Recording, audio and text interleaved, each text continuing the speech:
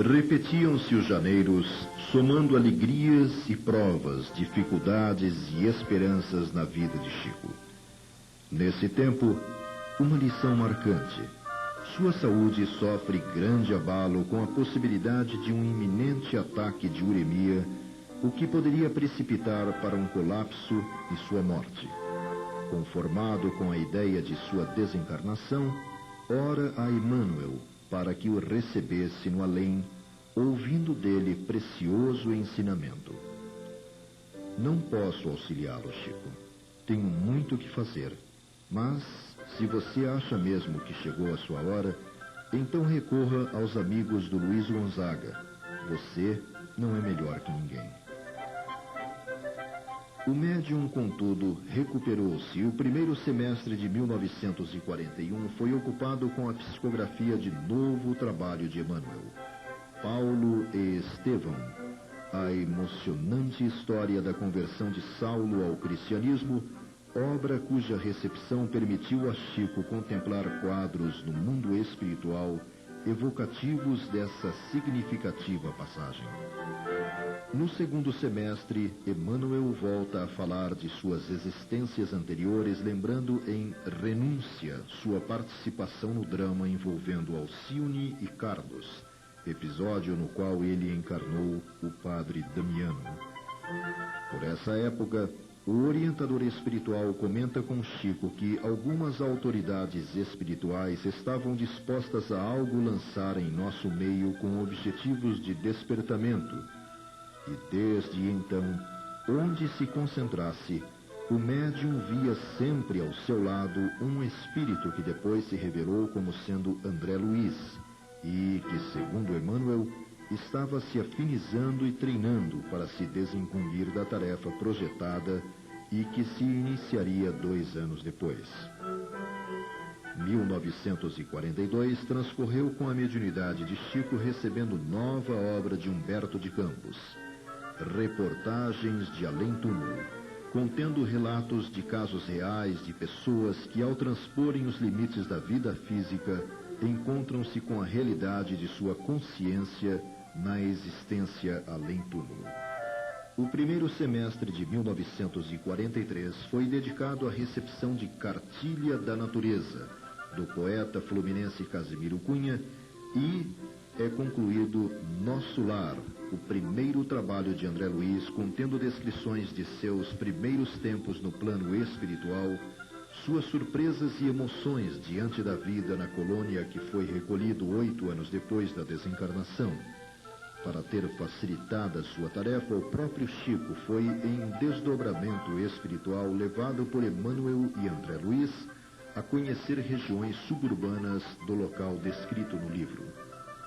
Os próximos meses foram utilizados na psicografia de Os Mensageiros, segunda das obras de André Luiz, concluída em fevereiro de 44, relatando uma semana de trabalho realizado por mensageiros do bem em diferentes planos de vida.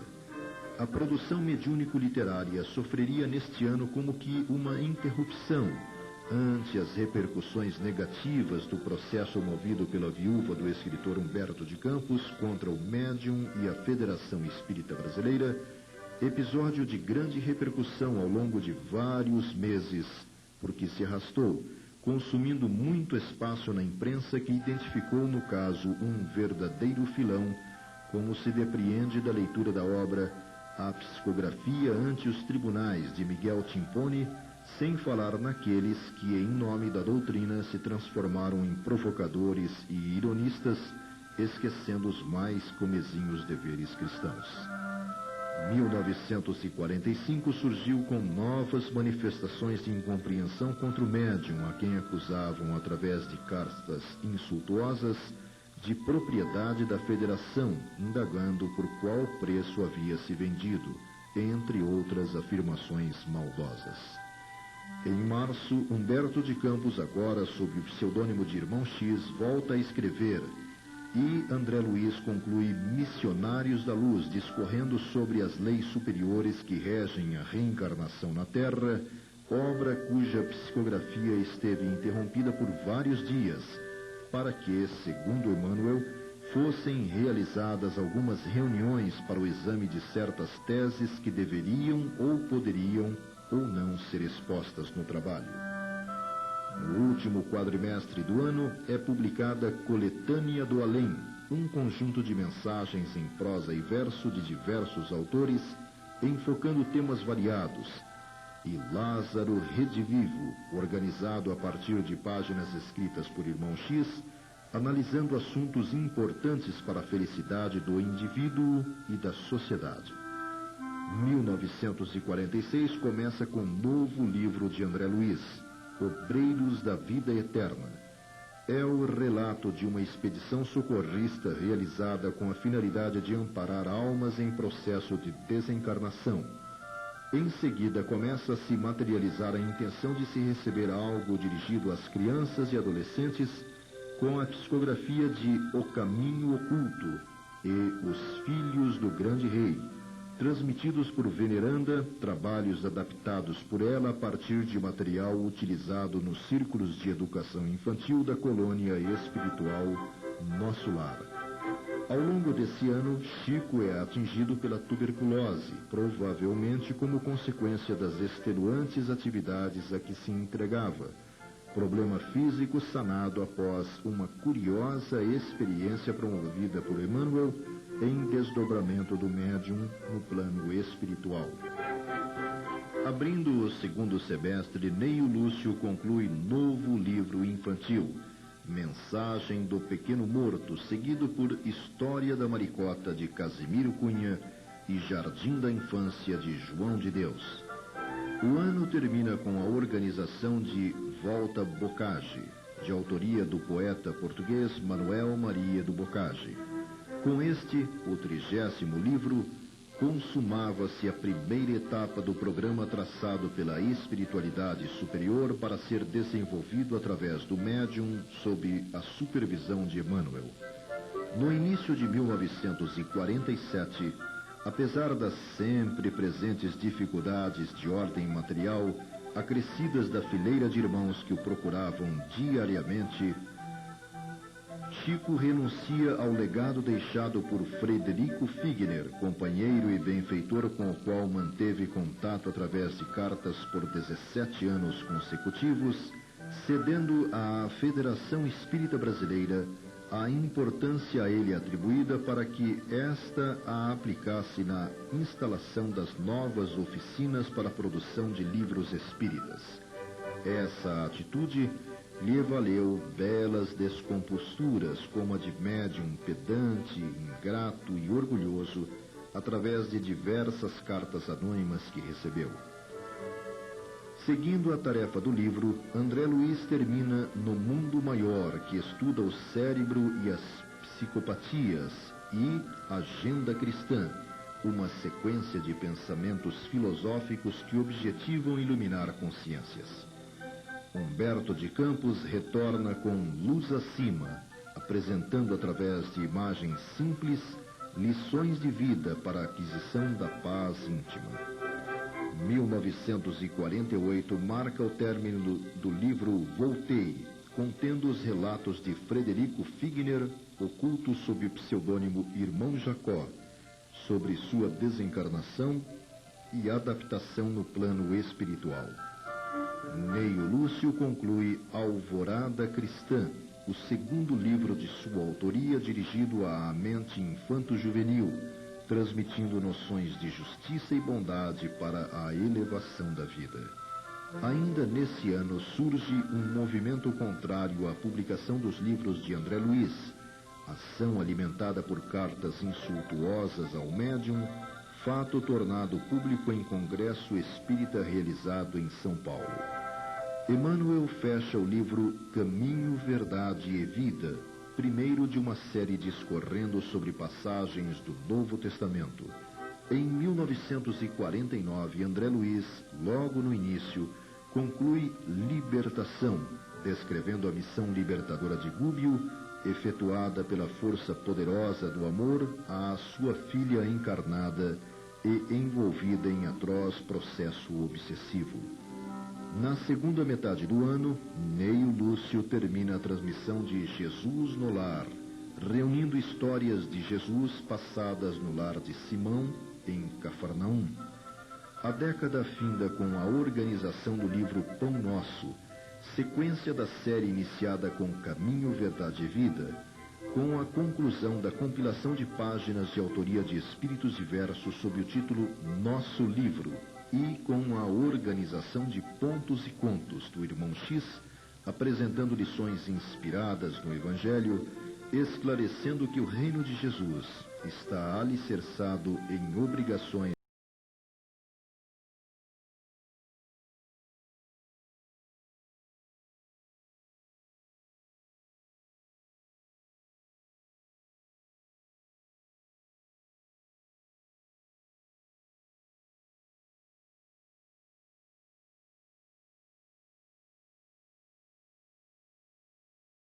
Mais de 20 anos haviam se passado desde que Chico dera seus primeiros passos no caminho da mediunidade.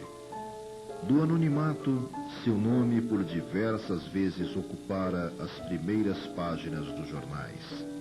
Fosse pelo resultado de sua produção mediúnica, fosse pelos rumos do episódio judicial motivado pela interpelação dos familiares de Humberto de Campos, ou ainda pela recusa em aceitar parte da herança deixada pelo empresário Frederico Figner, Chico tornou-se figura conhecida. Em todos os instantes, porém, recusava qualquer associação entre a produção dos espíritos desencarnados e ele mesmo, cuja capacidade intelectual e cultural reconhecia por demais deficiente.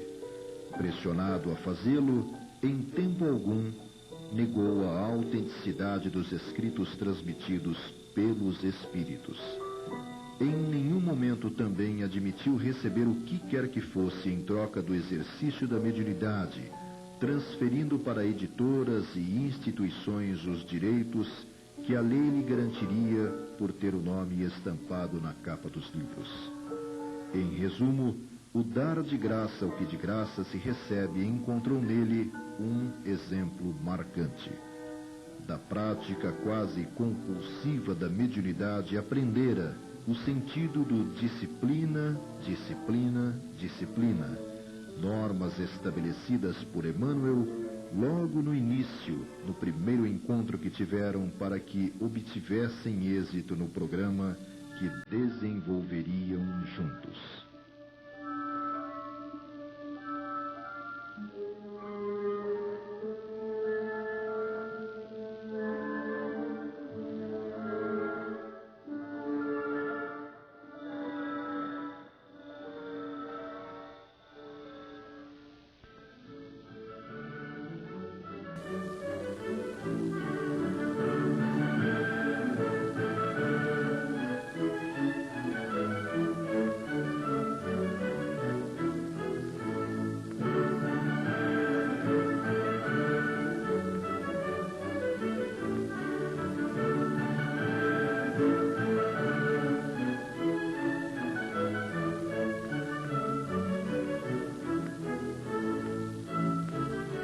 Indiferente à notoriedade que lhe atribuíam, Chico, na década de 50, prosseguia ocultando-se no caminho da fé com obras, a única que efetivamente sobrevive. A César oferecia suas horas de trabalho, remunerado, para prover o lar que o abrigava do necessário para sua manutenção. A Deus consagrava a outra cota de tempo que lhe restava. Alvo de calúnias, atingido pelos inimigos típicos de um planeta de inferioridade relativa como o nosso, resistia às feridas abertas pela ingratidão daqueles que, como pondera Kardec, não se sentindo dotados de força para se elevarem, procuram rebaixar os outros ao seu nível, obstinando-se em anular pela maledicência aqueles que os ofuscam. Lances difíceis e amargos, portanto, assinalariam seus dias futuros e, apesar dos desgastes que tão intensas emoções lhe imporiam, suas convicções nos ideais que abraçara se fortaleceriam ainda mais.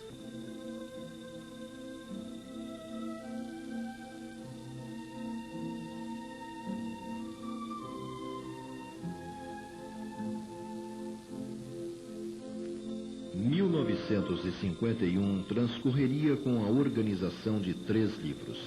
O primeiro, Falando a Terra, um conjunto de mensagens psicofônicas de diversos espíritos, inclusive escritores desencarnados, que voltaram relatando e esclarecendo alguns acontecimentos marcantes vividos por alguns personagens conhecidos da história do Brasil, estimulando o coração humano à sementeira do bem.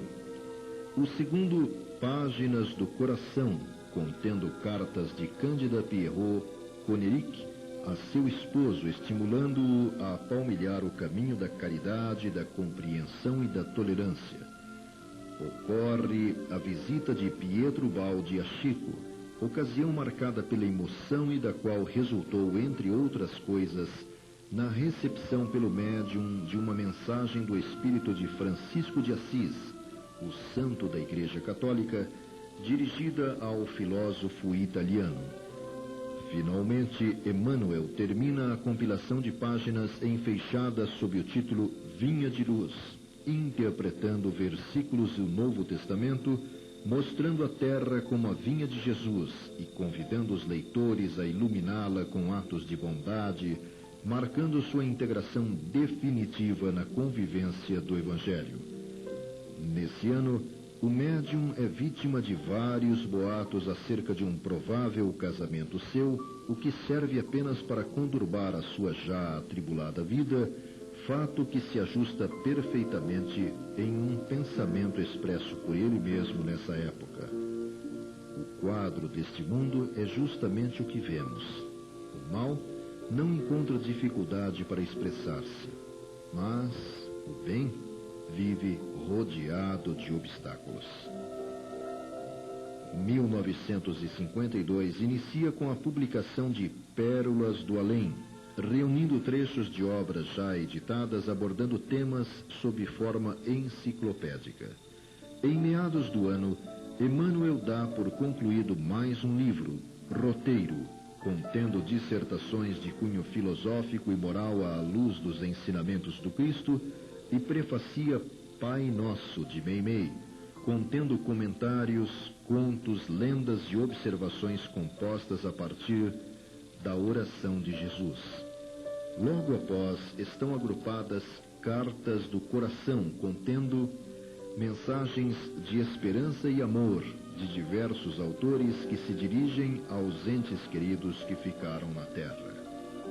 Chico começa nesse ano a colaborar com a espiritualidade maior, com a mediunidade de efeitos físicos através dos trabalhos de materialização, etapa encerrada no ano seguinte e que teve alguns dos momentos mais empolgantes registrados por Joaquim Alves em esboços aerografados. Dessas reuniões ficaram, entre outras, imagens como a de Alvina, Meimei, Ambrosina, Cidália e Emmanuel, materializados no plano físico. 1953 começa com Emmanuel prefaciando Gotas de Luz, novo trabalho do poeta Casemiro Cunha, que em versos procura orientar os passos dos leitores para a paz interior. O orientador espiritual encerra também a transmissão de Ave Cristo, romance narrando a história sublime dos pioneiros da fé cristã no século III da nossa era. Em 1954, logo no início do ano, André Luiz encerra Entre a Terra e o Céu, contendo estudos sobre a crise existencial envolvendo 2 famílias mergulhadas de maneira inconsciente em fatos dolorosos de vidas anteriores. 3 meses depois, nova obra, Palavras de Emmanuel, reunindo conceitos e pensamentos filosóficos extraídos de diversas obras psicografadas e publicadas. No dia consagrado ao renascimento de Kardec em sua última existência, Emmanuel prefacia Nos Domínios da Mediunidade, no qual André Luiz amplia conhecimentos sobre as faculdades mediúnicas do homem, conhecidas como a função psi. No final daquele ano, ocorreram inesquecíveis reuniões de materialização na residência de Chico, tendo como médium Francisco Peixoto Lins, o Peixotinho.